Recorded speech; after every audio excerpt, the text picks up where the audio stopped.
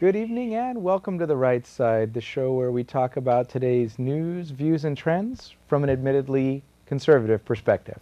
I'm Chris Pareja, I'm your host this evening, and I'm joined by Marc Morano, who is the owner and author of ClimateDepot.com. He's joining us not necessarily in studio this evening, but over technology developed here close by in Mountain View over Google Hangouts. How's it going, Marc? Very good, Chris. Happy to be here. Great. So tell me a little bit about who you are and tell the audience a little bit about how you got involved in this whole climate debate. Well, I'm primarily I started out as an investigative journalist, and I'm still a journalist. And what I did is I started studying the environmental movement. I originally started out being a big believer, if you will, in the green causes. I was always considered myself a Republican, except when it came to the environment. And I remember being upset with some of Ronald Reagan's environmental policies, but it was in the early 1990s. And I was particularly worried about the Amazon rainforest. But I remember during the Rio Earth Summit, scientist named Dixie Lee Ray went down to Rio and was filing reports saying the environmentalists had overblown the disappearing rainforest scare. And that later led to me doing an entire documentary, several trips to Brazil. I did a whole documentary debunking the Amazon rainforest scare. And after I had done that, I realized all the propaganda out there from the green movement. So I looked into global warming. And as an investigative reporter for Cybercast News Service, I did a series of global warming reports, went to a lot of UN climate conferences, which ultimately led to me joining the United States Senate Environment and Public Works Committee as the speechwriter and communications director for the Republican majority at the time. And then later we were demoted with the 2006 election to the minority. But I was author of the 700 Dissenting Scientists report with the U.S. Senate Environment and Public Works Committee, 255-page report that I think changed the course of the media narrative on man-made global warming. But that's sort of my roundabout history. I come to it as a journalist, although I do occasionally play a scientist on TV. I'm not a scientist, but I do occasionally play one. Interesting. So you went from being part of the green movement to coming over to the dark side and dispelling myths. Yes, I felt betrayed, and one of my I guess I wouldn't call him necessarily a mentor, but one of my people that had a big influence was Patrick Moore, the ecologist who was one of the founding members of Greenpeace, who later turned against the organization. I met him when I was doing my Amazon rainforest documentary, and he helped me to understand the true agenda of the green movement. And what I was able to realize, and you go back in time and investigate this, is since the 1960s forward, no matter the environmental scare, it's always the same solution. Whether you're talking the global cooling scare, whether you're talking overpopulation, whether you're talking about species extinction or deforestation, it's always more centrally planned economies and government regulations. The Greens always want that. This culminated just this year with the EU, European Union Climate Commissioner, a lady named Connie Hildegard, who I met on my fact-finding trip to Greenland in 2007 with the U.S. Senate. She came out and said, regardless of whether we're right on the science, meaning they could be completely wrong about man-made global warming, they're still doing the right thing by policy, i.e. more central planning and a regulatory global economy. And that, to me, is the crux of why the science is so corrupt on this, because they don't really care about the science. The science, like all the previous environmental scares, particularly overpopulation, is being used to drive a political and regulatory agenda. And that is at the core of the man-made global warming movement. When you scratch the surface, the UN climate panel is not about science, it's about politics. Absolutely, but all scientists in the world, we've been told, believe in climate change and the fact that global warming is going to melt the planet. But you were able to find a whole 700 on the whole face of the Earth? Or are there more than that disagree? Well, that was when I was in the Senate. Then later I updated it to more than 1,000 shortly after I left the Senate. The problem is, I stopped. I retired at that point. But now we have the United Nations claiming I think only 200 scientists helped write their reports. We were used to be told that it was thousands of the world's top United Nations scientists all agree, and that we put so much pressure on the UN. They now admit it's about 200 activist scientists that are, by the way, handpicked by the governments around the world to essentially toe the politically correct line. And that's what people don't understand. They'll say, oh, this consensus. Well, yes, the National Academy of Science endorsed it, the American Meteorological Society, the American Geophysical Union, all these science, but can they all be wrong? Let's look at the facts. It's the governing board, the politically motivated, politically connected governing boards of these big science organizations, many of them, by the way, filled with former Al Gore staffers who have taken over. Only 24 or so governing board members vote on these climate statements that are in line with the UN. Meanwhile, the thousands of rank and file members have no direct input, no direct vote. Many aren't even aware that these statements are happening.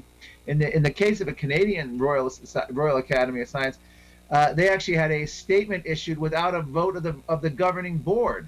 This is what we call the best science politics can manufacture. And right now, a new report out by the National Academy of Science is out. Our National Academy of Science, this once august body founded by Abraham Lincoln in the 1860s, has now been reduced to taking $6 million from Congress and lobbying for a cap and trade bill. Its president, Ralph Cicerone, has been lobbying for political solutions to global warming. It's got a new report out just this week here in December, claiming that we need more funding to monitor the climate because we're facing tipping points. It's shilling for funding. This is not hard science. This is not the science the American public would imagine. These are politically motivated activist scientists out there basically coming up with extreme scenarios to justify funding. In the case of NASA's lead global warming scientist, now retired, James Hansen, this is a man who's been arrested at least half a dozen times protesting oil sands. This is a man who endorsed a book calling for ridding the world of industrial civilization, calling for blowing up dams and leveling cities to turn off the greenhouse gas machine. NASA's lead global warming scientist endorsed this book, which had all the hallmarks of being written by someone like the Unabomber. So when people think, well, this is what the science says, no, these are what, in many cases, wacky activists and grant-seeking scientists claim, but ultimately it's ideological scientists. The UN just came out with a report. Its spokesman and lead scientist is a guy named Michael Oppenheimer. Who's Michael Oppenheimer? He's been on the payroll of the Environmental Defense Fund to the tune of almost $200,000 a year. And more shockingly, if you can be shocked by this stuff, he was the personal climatologist to Hollywood celebrities. Yes, you heard that right. He was Barbara Streisand's personal Hollywood scientist on global warming. She funded his endowment, personally funded his endowment to study global warming. And Michael Oppenheimer is treated like royalty in the media, despite all of these obvious conflicts of interest. Well, so Mr. Open Pockets, Oppenheimer, you said, is just one, though, of many scientists that you mentioned the word grant seeking. Yeah, and I want to be clear, though. I don't argue that their main motivation isn't money. This is an ideology. These are activist scientists. This is the Paul Ehrlich of they're the Paul Ehrlichs of our generation. Paul Ehrlich, of course, is still alive. He's in his early 80s. He was the author of the overpopulation bomb of the late 1960s. This book predicted dire environmental consequences. The world was facing famine and resource scarcity. He was proven wrong on every account. And guess what happens when you're proven wrong? You do two things. First of all, you win every environmental award and get all the respect of the media, which Paul Ehrlich has. And second of all, global warmers learn that you push your global warming doomsday long beyond when you're going to still be alive. So Paul Ehrlich made a lot of predictions in the late 60s of 1980, of the late 70s. He was proven spectacularly wrong. So the global warmists now make predictions of 2050, 2100. They learn. There is a learning curve. They learn to make the predictions when you'll find out if they're right or wrong long after they're dead. Right. Well, if I wish there were a way to control that, but there's not. What happens with things like we hear that the polar bears are all going to drown and that the ice caps should be melted by now? There's no ice for vodka. What's the reality in this whole thing? I went to Greenland on this ice fact-finding tour with the U.S. Senate. Greenland was as warm in the 1930s and 40s. The rate of warming was twice as fast as the warming they're contemplating now in Greenland. The catastrophe in Greenland only exists in predictions. And we're finding this across the board. Sea level, the same thing. Despite the fact that sea level actually paused and is showing a deceleration, at least since 2004, and there's no acceleration in sea level over many decades, they have come up with scary predictions. And the bottom line is this. when real world evidence fails to support your case, come up with even scarier and scarier predictions. And the media can then say, and the global warming activist scientists will say, it's worse than we thought. And you say, wait a minute, how is it worse than we thought? Polar bear populations, not only are they at or near historic population highs, new estimates are putting them well beyond estimates of 25,000. We're now into the low 30s. Sea ice is showing that even this evidence is showing that even the future ice-free Arctic that they keep predicting, the polar bears have survived many periods of ice-free Arctics. As a species, they would survive just fine, even if that happened. There's no evidence it's happening. We've had a huge recovery of Arctic ice. It's also important to note that the Arctic satellite monitoring began in the late 1970s at the height of the global cooling scare, when Arctic ice was probably at a 40-year high. If we had a satellite monitoring of the Arctic in the 1930s and 40s, it probably would have showed similar or even less ice than we have now. It also ignores, the Antarctic sea ice has grown to at or near record sea ice level extent in the past few years, with this year breaking all-time sea ice expansion records. Greenland, again, not showing that trend. You look at sea levels, they're not showing any trend. The Royal Netherlands Meteorological Society says there's no acceleration in sea level rise.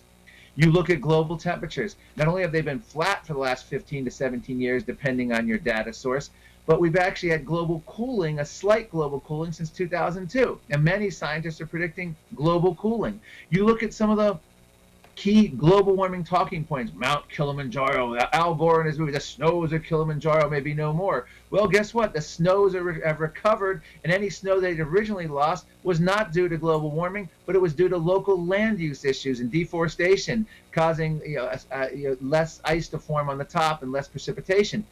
So when you look at the whole spectrum of global warming, whether you're talking about malaria, infectious diseases, they have on a virtually from A to Z, they have egg on their face.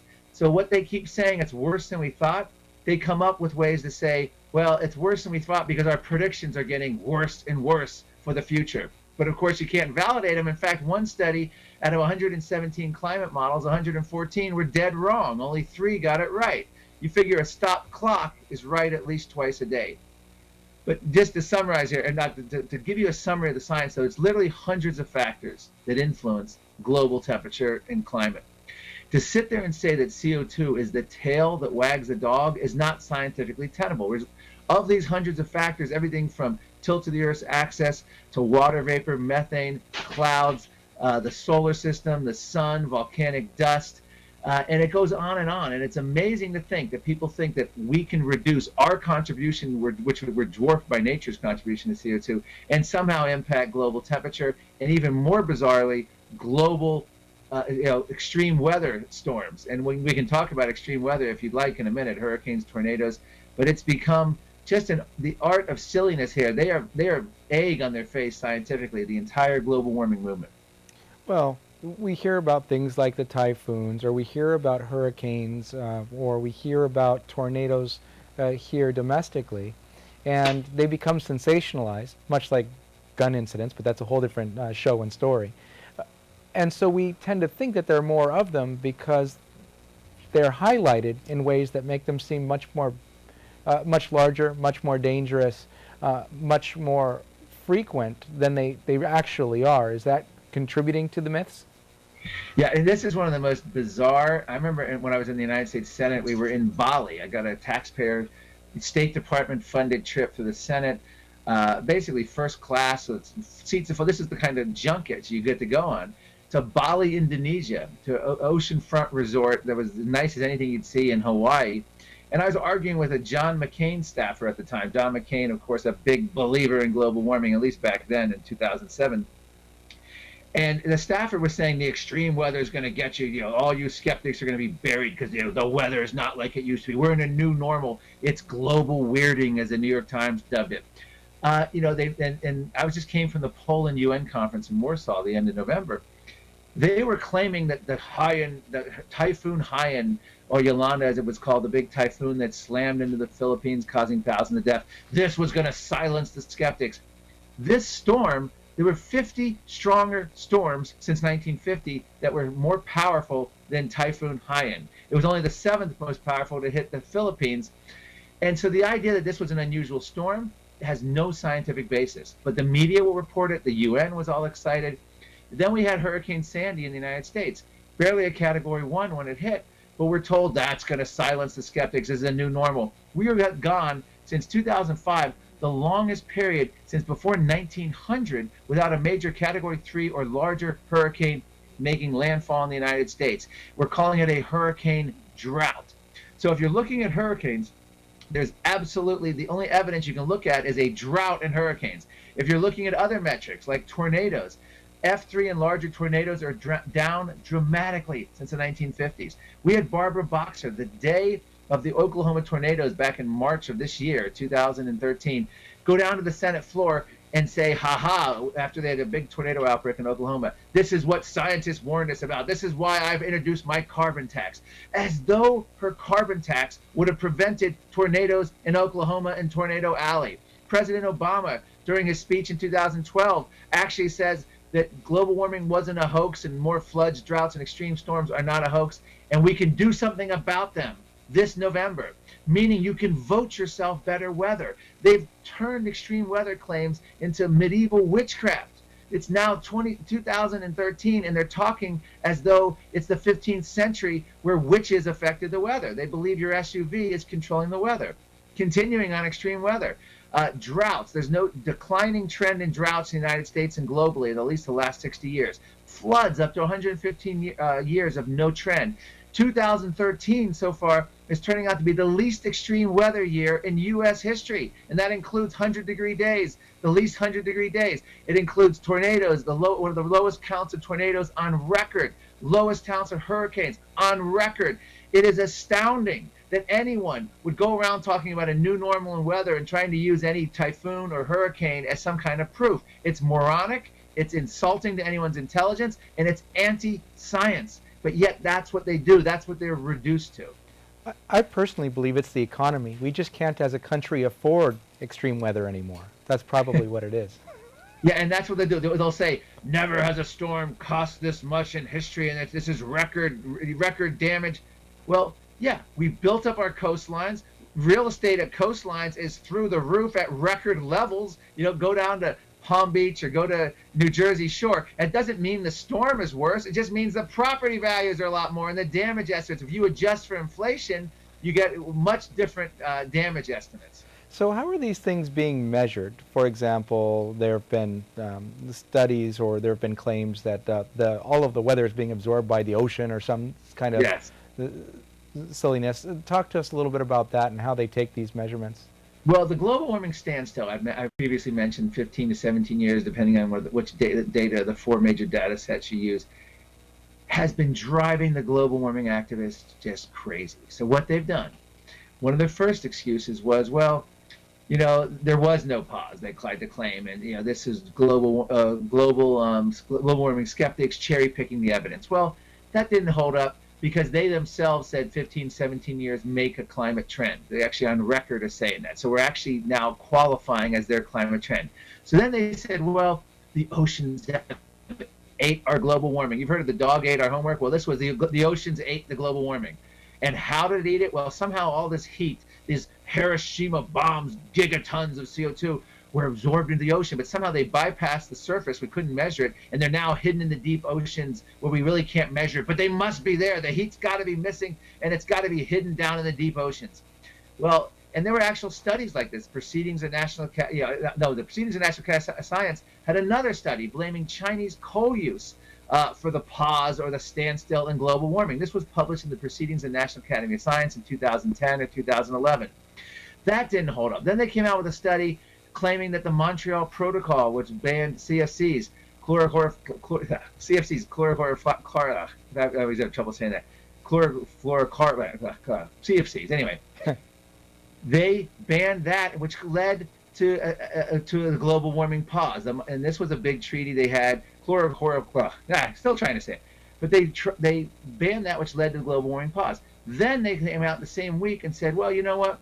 The Arctic temperatures, we haven't calculated those correctly. This is the same week that they had the CFC study. They came out and said the Arctic temperatures weren't calculated correctly. And, you know, once we adjust for these errors, There was no global warming pause. So they now recalculate it. Now they're essentially rewriting climatic history and claiming that there is and never was a global warming pause because they didn't measure the temperature correctly. So let me give you an idea what this is like saying. This is like saying you have a company that's lost money badly for 15 years. It's caused all this bad PR. Your investors have lost confidence. But then you come in and say, you know what? We did a new audit. And guess what? The studies, the new accountant has said, hey, we actually have a profit all these years. So our profits are accelerating. Sorry, we made some adjustments to the numbers. Well, maybe that'll work for Bernie Madoff and others, but you better have some serious data to back that up. And they don't. What they have is a bunch of excuses trying to explain away the global warming pause. Well, Bernie ended up in jail. Let's hope the same for these guys. You can't mislead the public at that level for that long without ramifications. So yes. We've got about a minute left, Mark. Can you tell us a little bit more? Obviously, climatedepot.com is a place they can go to learn more about you or potentially go pick a fight in social media. Any other places or any specific stories you want to highlight? No, first of all, CFC is chlorofluorocarbons. I don't know why I had so much trouble saying it. But what I would like to highlight right now, we just had a UN conference in Warsaw, Poland, and they're leading up to another Kyoto-like global warming treaty. And the implication is, and the activist scientists and the media and the environmental groups are all rallying around this saying we have to prevent this as a tipping point. We must have this treaty. We need carbon taxes. We need cap and trade bills. We need the EPA in the United States to regulate energy plants in order to prevent bad weather, in order to prevent the planet from rising more than 2 degrees Celsius, all this nonsense. What they're basically trying to tell you, and President Obama is guilty of this, he has said that we needed the cap and trade bill because it'll keep our planet 4 or 5 degrees cooler for our grandchildren. Well, guess what? Not only would the cap and trade bill not have impacted global CO2 emissions, it wouldn't even have impacted global temperature in any way because it wouldn't impact global CO2. These bills which they're proposing as some sort of solution to global warming would have no detectable impact on the climate, even according to the sponsors of the study, and even if you believe their science. That's true of the Kyoto Protocol, and that's true of the EPA regulations. Thanks for sharing that, Mark. We do have to take a quick break for a word from our underwriter, the Conservative Forum, but we appreciate your time on the show this evening. Thank you very much, Chris. Enjoy. Thanks. Have a good night. And on that note, we're going to take a quick break for a word from our sponsor, the Conservative Forum, and we'll be right back.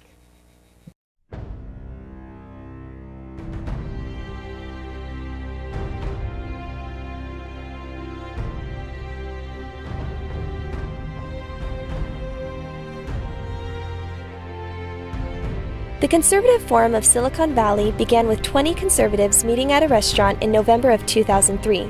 Our mission is to promote the principles of American liberty through education. By 2012, we had grown to over 600 paid members. Our monthly meetings feature well-known and prestigious conservative speakers addressing issues that are critical to our country's very survival. This includes speakers like Victor Davis Hanson, Andrew Breitbart, David Horowitz, and many others. In addition to our monthly meetings, we sponsor a conservative local cable access TV show, The Right Side, covering today's topics. Our Constitution discussion group not only teaches the Constitution, but started our annual essay contest that awards 2 $1,000 scholarships to local high school seniors. We are a virtual clearinghouse for grassroots organizations by providing them with table space at no charge in our exhibit area. There are typically a dozen groups represented. If you are like-minded, join us at our next meeting and become motivated and empowered. Liberty, made in America.